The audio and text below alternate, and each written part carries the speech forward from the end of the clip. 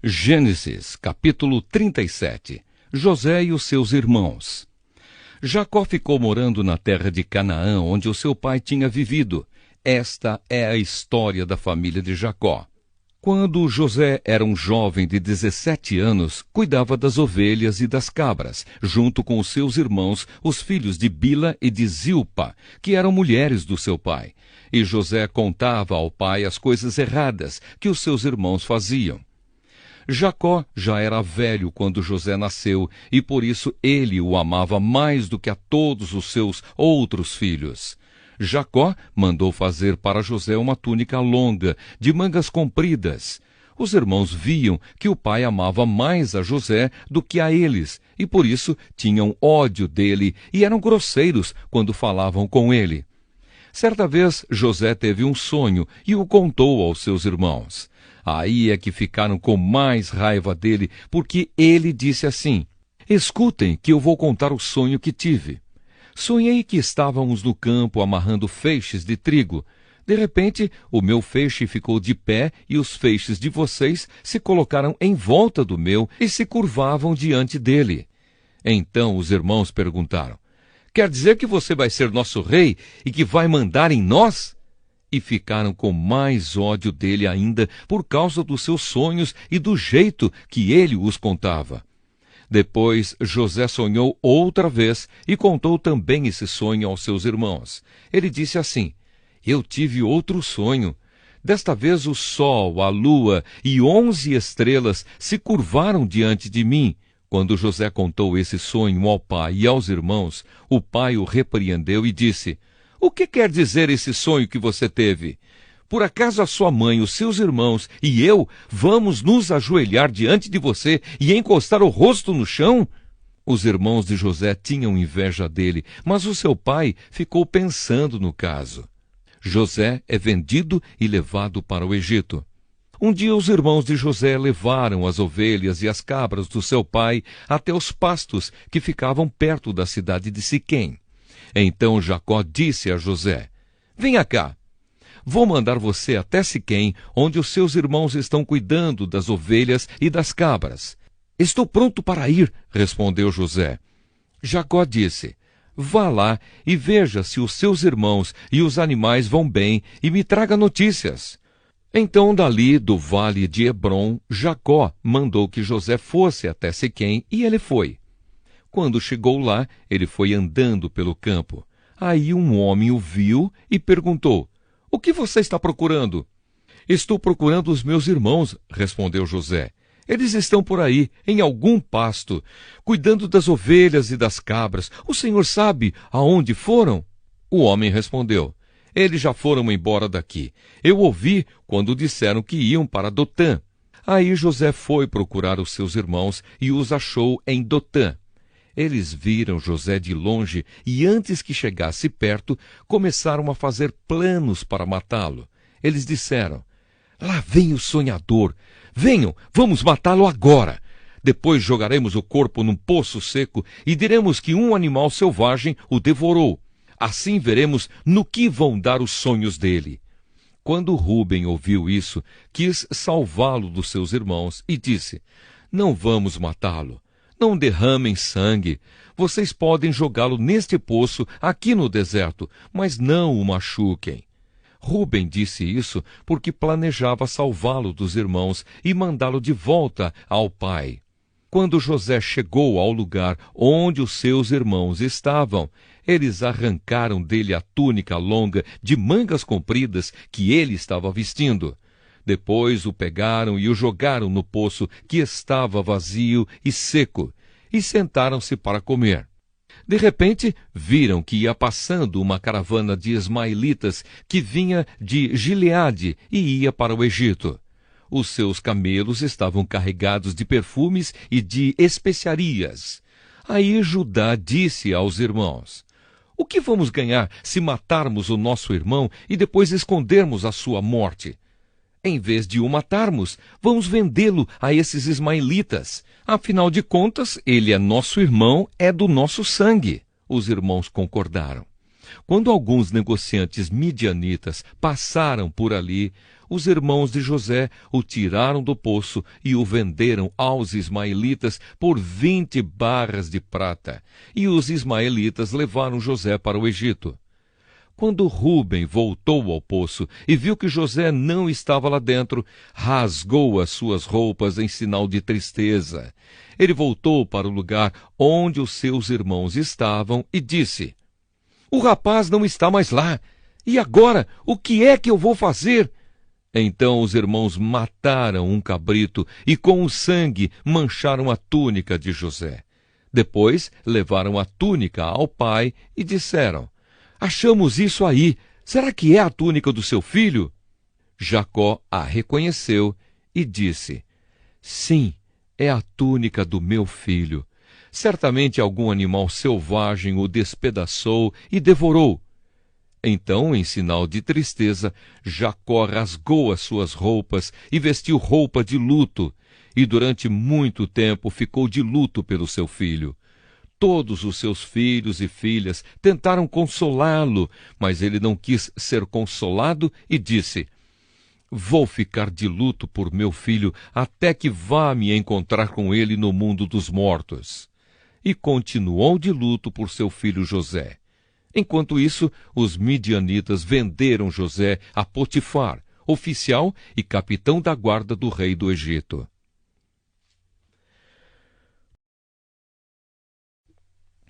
Gênesis, capítulo 38. Judá e Tamar. Por esse tempo, Judá se separou dos seus irmãos e foi morar na casa de um homem chamado Hirá, que era da cidade de Adulã. Ali, Judá ficou conhecendo a filha de um cananeu chamado Sua. Judá casou com ela e ela lhe deu um filho, a quem ele chamou de Ela ficou grávida outra vez e teve outro filho, a quem ela deu o nome de Onã. Depois ela teve mais um filho, em quem ela pôs o nome de Selá. Judá estava em Quezibe quando esse menino nasceu. Judá casou o seu filho mais velho, com uma mulher chamada Tamar. O Senhor Deus não gostava da vida perversa que levava, e por isso o matou.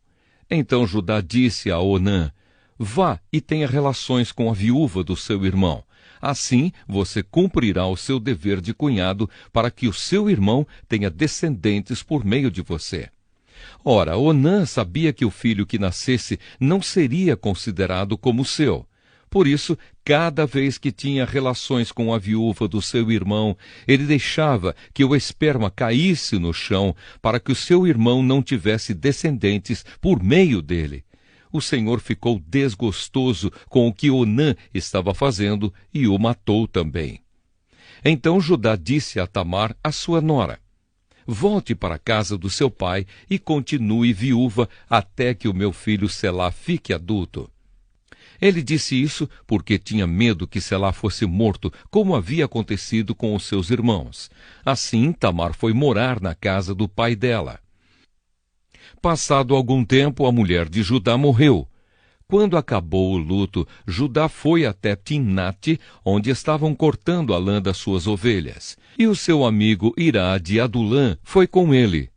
Alguém contou a Tamar que o seu sogro ia a Timnate, a fim de cortar a lã das suas ovelhas. Então ela trocou de roupa, deixando de lado as suas roupas de viúva, cobriu o rosto com um véu e se disfarçou. Em seguida foi e se sentou perto da entrada da cidade de Enaim, que fica no caminho para Timnate. Ela fez isso porque sabia muito bem que Selá já era homem feito, mas Judá não havia mandado que ele casasse com ela. Quando Judá a viu, pensou que era uma prostituta, pois ela estava com o rosto coberto. Ele foi falar com ela na beira do caminho, sem saber que era a sua nora. Ele disse: "Você quer ir para a cama comigo?" Ela perguntou: "Quanto é que você me paga?" Ele respondeu: "Eu lhe mando um cabrito do meu rebanho." "Está bem," disse ela, "mas deixe alguma coisa comigo como garantia de que você vai mandar o cabrito." Judá perguntou: "O que você quer que eu deixe?" Ela respondeu: "O seu sinete com o cordão e também o bastão que você tem na mão." Então Judá entregou os objetos. Ele teve relações com ela e ela ficou grávida. Tamar voltou para casa, tirou o véu e vestiu as suas roupas de viúva. Mais tarde, Judá mandou o seu amigo Hirá levar o cabrito e trazer de volta os objetos que havia deixado com ela. Mas Hirá não a encontrou. Ele perguntou aos homens de Enaim se sabiam onde estava a prostituta que costumava ficar na beira da estrada. Aqui não esteve nenhuma prostituta, foi a resposta deles. Hirá voltou e disse a Judá: não encontrei a mulher. E os homens do lugar disseram que ali nunca havia estado nenhuma prostituta. Então Judá disse: pois ela que fique com as minhas coisas, assim ninguém vai zombar de nós. Eu mandei o cabrito, mas você não encontrou a mulher. Passados uns 3 meses, foram dizer a Judá: a sua nora agiu como prostituta e agora está grávida. Aí Judá disse: tragam essa mulher para fora, a fim de ser queimada. Quando a estavam tirando da sua casa, ela mandou dizer ao seu sogro: quem me engravidou foi o dono destas coisas. Examine e veja de quem são o sinete com o cordão e o bastão. Judá reconheceu as coisas e disse: ela tem mais razão do que eu, pois prometi casá-la com o meu filho Selá, mas não cumpri a promessa. E nunca mais teve relações com ela. Na hora de Tamar dar à luz, descobriram que ia ter gêmeos. Quando ela estava no trabalho de parto, um dos gêmeos pôs uma das mãos para fora. A parteira pegou uma fita vermelha e amarrou na mão dele e disse: este saiu primeiro. Mas ele puxou a mão e o irmão gêmeo nasceu primeiro. Então a parteira disse: como você abriu caminho? E puseram nele o nome de Pérez. Depois nasceu o outro, o que estava com a fita vermelha amarrada na mão, e ele recebeu o nome de Zera. Gênesis, capítulo 39. José na casa de Potifar. José foi levado para o Egito, onde os ismaelitas o venderam a um egípcio chamado Potifar, um oficial que era o capitão da guarda do palácio. O Senhor Deus estava com José. Ele morava na casa do seu dono e ia muito bem em tudo. O dono de José viu que o Senhor estava com ele e o abençoava em tudo o que fazia. Assim José ganhou a simpatia do seu dono, que o pôs como seu ajudante particular. Potifar deu a José a responsabilidade de cuidar da sua casa e tomar conta de tudo o que era seu. Dali em diante, por causa de José, o Senhor abençoou o lar do egípcio e também tudo o que ele tinha em casa e no campo. Potifar entregou nas mãos de José tudo o que tinha e não se preocupava com nada, a não ser com a comida que comia. José era um belo tipo de homem e simpático. Algum tempo depois, a mulher do seu dono começou a cobiçar José. Um dia ela disse: venha, vamos para a cama. Ele recusou, dizendo assim: escute, o meu dono não precisa se preocupar com nada nesta casa, pois eu estou aqui. Ele me pôs como responsável por tudo o que tem. Nesta casa eu mando tanto quanto ele. Aqui eu posso ter o que quiser, menos a senhora, pois é mulher dele.